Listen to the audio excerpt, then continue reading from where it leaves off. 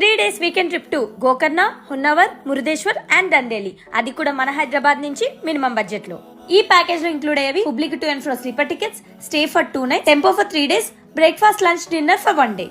Day 1 morning Hubli reach అయిన వెంటనే అక్కడ నుంచి డైరెక్ట్ గా విభూతి ఫాల్స్ స్టార్ట్ అవుతాం. పార్కింగ్ నుంచి 20 minutes వాక్ చేస్తే బ్యూటిఫుల్ వాటర్ ఫాల్స్ దగ్గరికి రీచ్ అవుతాం.